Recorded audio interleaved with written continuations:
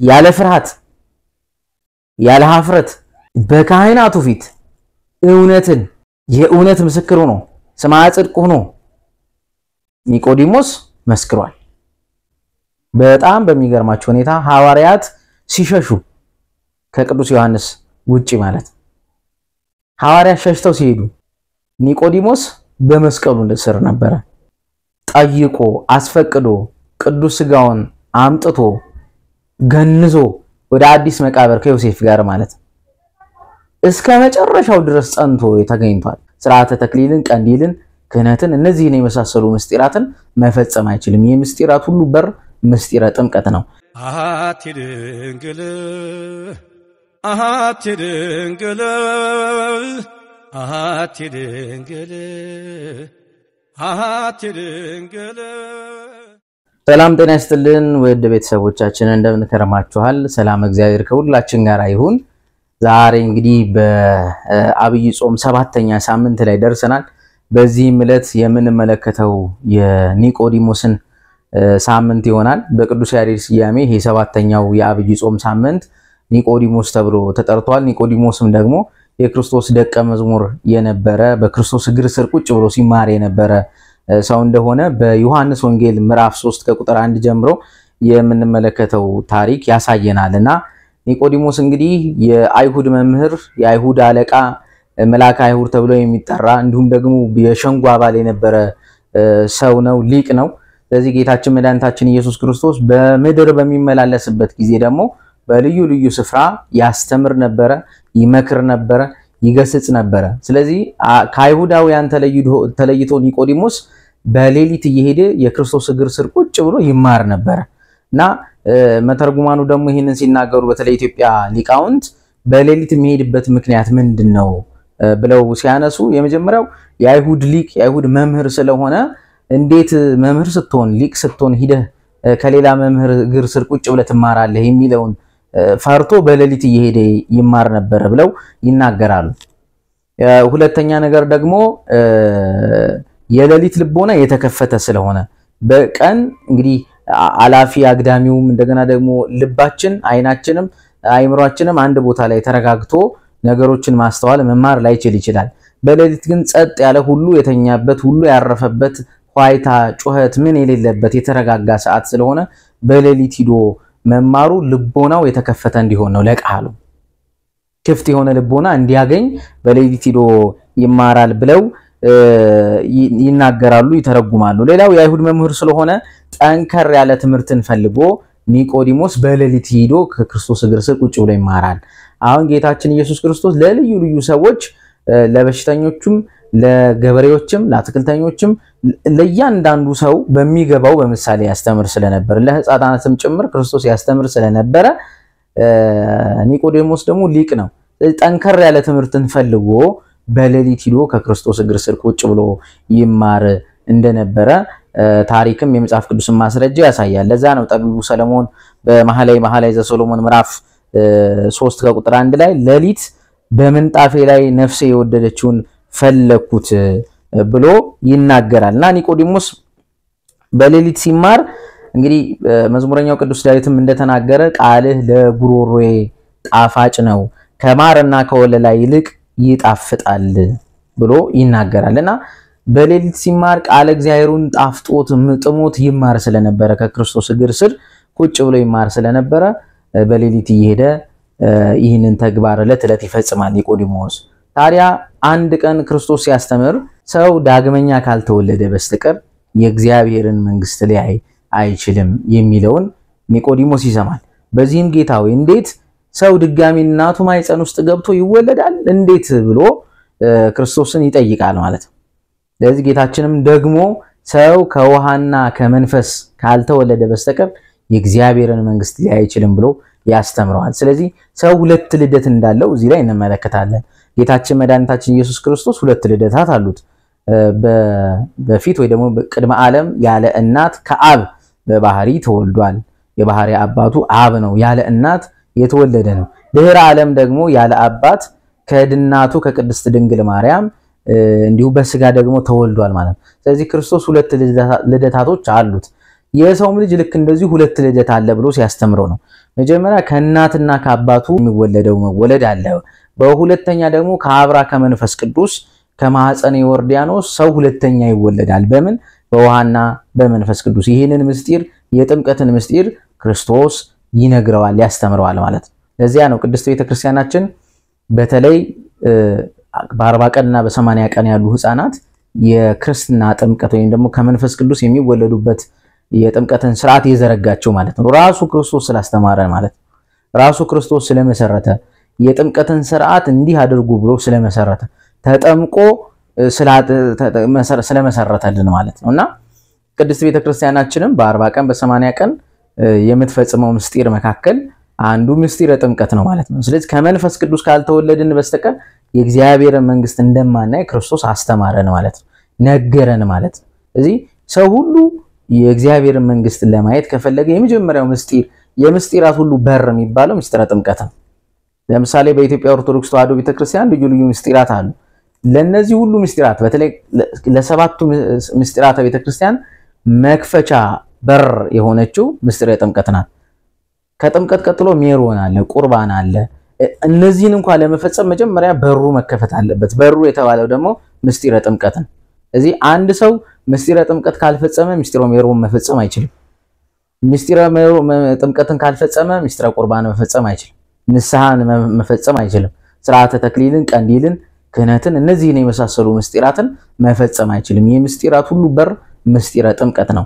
ለዚያ ነው የመንግስተ ሰማያት መግቢያ የሆነችው ይቺ ምስጢረ ጥምቀት ማለት ነው። መሰረት ናት፣ ለመግባት መሰረት ናት። በ40 እና በ80 ቀን የምናጠምቅበት ምክንያት ደግሞ ልዩ ልዩ ምክንያቶች አሉ። ከነዛ መካከል አንዱ እንደምሳሌ የሚነሳው አዳም በተፈጠረ በ40 ቀኑ ወደ ገነት፣ ሔዋን በተፈጠረች በ80 ቀኗ ደግሞ ወደ ገነት ገብተዋል። ስለዚህ የገነት ምሳሌ የሆነችው ቅድስት ቤተክርስቲያን ውስጥ ገብተው ቅዱስ ሥጋውን ክቡር ደሙን ለመቀበል ቅድሚያ በምስጢረ ጥምቀት ወይም ደግሞ ድጋሚ ከውሃና ከመንፈስ ቅዱስ መወለድ መቻል አለብን። ያ ውሃ ቅዱስ ውሃ ነው። ያ ውሃ አባቶቻችን ሥርዓተ ጸሎት የፈጸሙበት ነው። እንደውም ሲናገሩ ከራስ ፀጉር እስከ እግር ጥፍር ድረስ ተቁሞ፣ ያ ማለት ህሊናን ሰብስቦ ወደ እግዚአብሔር እየተመለከቱ እግዚአብሔርን እየተማጸኑ በተጸለየበት ቅዱስ ውሃ ውስጥ መነከር መዘፈቅ፣ ይሄ ምስጢረ ጥምቀት ነው። ይሄ ምስጢረ ጥምቀት ነው።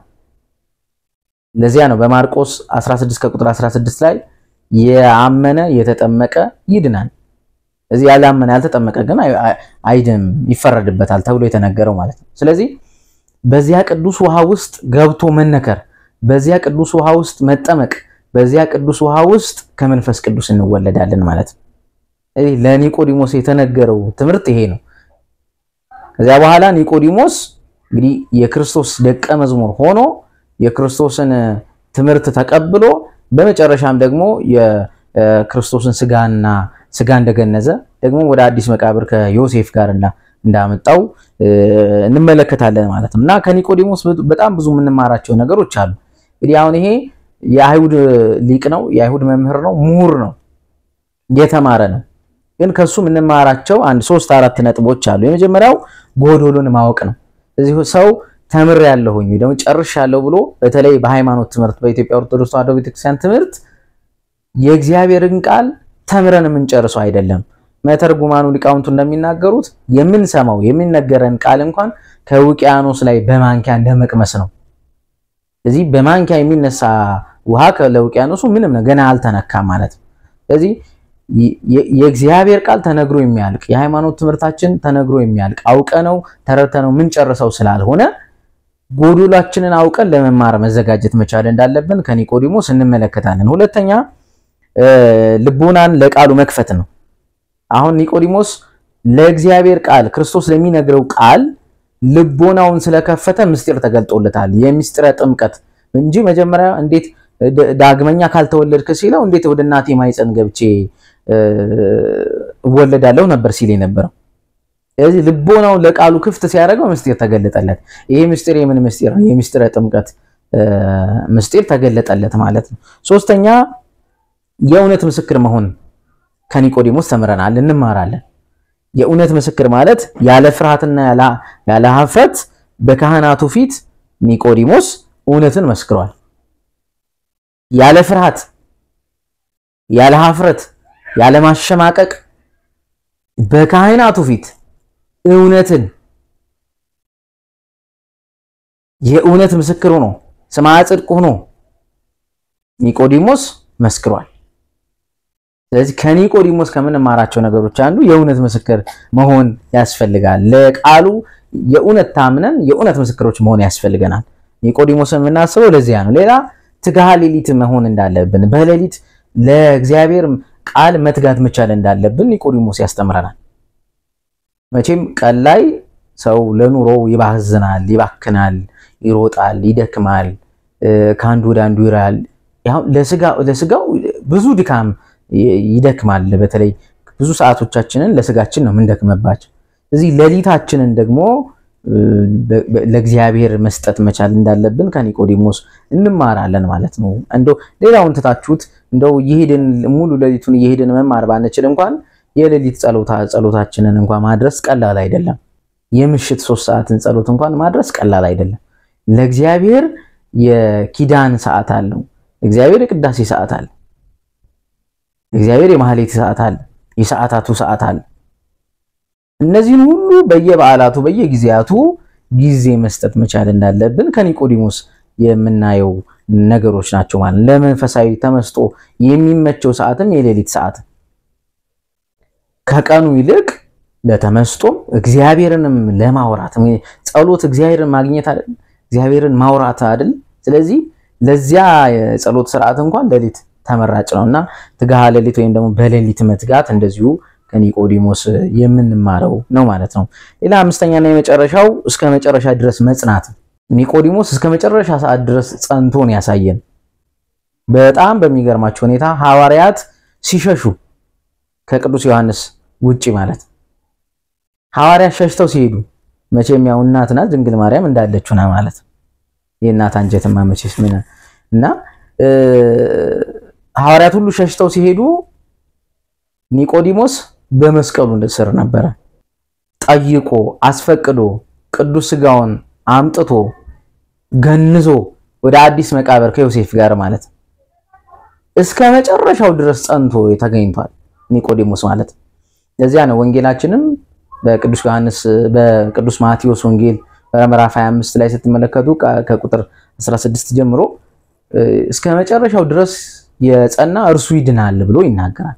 እስከ መጨረሻው መጽናት ከኒቆዲሞስ የምንማረው ነው። በዚህ ሳምንት መጽናትም ይነገርበታል በዚህ ሳምንት ላይ ማለት። እስከ መጨረሻው ካልጸና ነበርኩኝ የኢትዮጵያ ኦርቶዶክስ ተዋህዶ አሁን ብዙ ጊዜ በተለይ የፕሮቴስታንት መምህራኖች እኔ ኦርቶዶክስ ነበርኩኝ ይላል፣ ግን አልጸኑም። እስከ መጨረሻው አልነበሩም። በነበርኩ ቀርቷል ማለት ነው። ስለዚህ ዘማሪ ነበርኩ፣ ሰባኪ ነበርኩ፣ ዲያቆን ነበርኩ፣ ካህን ነበርኩ፣ እንዲህ ነበርኩኝ አይሰራም ማለት። እስከ መጨረሻው ጸንቶ ክርስቶስ መጥቶ ለእያንዳንዳችን ፍርዱን እስከሚሰጥ ድረስ መጽናት ከኒቆዲሞስ እንማራለን። እስከ መቃብር ድረስ እስከ ቀራኒዮ ድረስ መጽናት መገኘት መቻል አለብን ማለት። ካልሆነ ነበርኩ አይሰራም ማለት። ነበርኩ አይሰራም። እስከ መጨረሻው ድረስ ጸንተን ክርስቶስን ስናገኘው መንግስተ ሰማያትን እንወርሳለን ማለት። ተስፋ የምናደርጋትን መንግስተ ሰማያት የክርስቲያን ተስፋው መንግስተ ሰማያት ናት። የኛ ሀገራችን በዚህ አይደለም ብሏል ሐዋርያው ቅዱስ ጳውሎስ። እንኳን ሀገራችን ቤት ነው በሰማይ ነው። ስለዚህ የሰማይ ሀገራችን ለመግባት መጽናት እስከ መጨረሻው ድረስ መጽናት ያስፈልጋል ማለት ነው። ለዚህ ደግሞ ምስክር ኒቆዲሞስ ነው። እስከ መጨረሻው ድረስ ጸንቶ የክርስቶስን ሥጋ ገንዞ እንዴት መታደል ነው! መለኮትና ሥጋ የተዋሃዱበትን የክርስቶስን ሥጋ በእጅ መንካት መገነዝ በአዲስ መቃብር ማስቀመጥ መመረጥም እና ለዚያ ነው ኒቆዲሞስ የተከበረ ነው። ኒቆዲሞስ የክርስቶስ ደቀ መዝሙር ነው። ኒቆዲሞስ ሊቅ ነው። ኒቆዲሞስ ጻድቅ ነው። ኒቆዲሞስ ቅዱስ ነው ብላ ቤተክርስቲያናችን የምታስተምረው። ለማንም ለሐዋርያት እንኳን ያልተሰጠ ድል ነው ለኒቆዲሞስ የተሰጠው። የክርስቶስን ሥጋ እስከ መጨረሻው ድረስ ጠብቆ ገንዞ በአዲስ መቃብር ማስቀመጥ ማለት እና ከኒቆዲሞስ እነዚህ ነገሮች እንመለከታለን እንጂ እንደው ከምንም በላይ ደግሞ ትህትናም ደግሞ እናያለን። አሁን ክርስቶስ ወጣት ነው የ33 ዓመት ወጣት ነው እንግዲህ ይሄንን ትምህርት በሚሰጥበት ጊዜ ማለት ነው የአይሁዱ ሊቅ የነበረው ኒቆዲሞስ ግን በጣም ሽማግሌ ነው ትልቅ ሰው ነው ስለዚህ ዝቅ ብሎ በእድሜ ነው መላችሁ ዝቅ ብሎ ከክርስቶስ እግር ስር ሊቅ ነኝ ሳይል መምህር ነኝ ሳይል አዋቂ ነኝ ሳይል ቁጭ ብሎ በክርስቶስ እግር ስር ሲማር ነበር ስለዚህ ትህትናንም ጭምር ከኒቆዲሞስ እንማራለን ያው የክርስቶስ ትህትና መቼም ምንም ጥያቄ የትህትና አባቷ ነው ክርስቶስ ደግሞ ከደቀ መዛሙርቶቹ መካከል ደግሞ ኒቆዲሞስ እጅግ የሚያስደንቅ ትህትና ያለው ሰው ነው ቁጭ ብሎ በክርስቶስ እግር ስር መማር ማለት እድሜው አለ ያለበት ስልጣን አለ ያለበት ዕውቅና አለ አይሁድ መምህር ነውና ያ ሁሉ ሳይገደበው በክርስቶስ እግር ስር ቁጭ ብሎ ይማር ነበርና ይህንን ትህትና ከኒቆዲሞስም ጭምር እንማራለን በተለይም ደግሞ በሰፊው ስለ ነገረ ጥምቀት ወይ ደግሞ ስለ ምስጢረ ጥምቀት የሚነገርበት ጊዜ ነው በሌላ ክፍል ይሄንን እንመለከተዋለን ምስጢረ ጥምቀት ራሱን የቻለ በጣም ሰፊ ሀተታ ሰፊ ትርጉም ሰፊ ትምህርት ያለው ነው ማለት ነው በዚህ ሳምንት ግን ኒቆዲሞስ ይነሳል የኒቆዲሞስ ትህትና የኒቆዲሞስ ለቃለ እግዚአብሔር ያለው የልቦና መከፈት ለቃለ እግዚአብሔር ያለው ጉጉት ይነገርበታልና ይሄ ሳምንት ሰባተኛው ሳምንት ሊቁ የሚዘከርበት ጻድቁ የሚዘከርበት የክርስቶስ ደቀ መዝሙር የሆነው ኒቆዲሞስ የሚታሰብበት ጊዜ ነውና ከዚህ ቅዱስ አባት እግዚአብሔር አምላካችን በረከት ለሁላችንም ያድለን ለብርሃነ ትንሣኤው ደግሞ ሁላችንን በሰላም በጤና በፍቅር ያድርሰን አሜን ይቆየን አሐቲ ድንግል አሐቲ ድንግል አሐቲ ድንግል አሐቲ ድንግል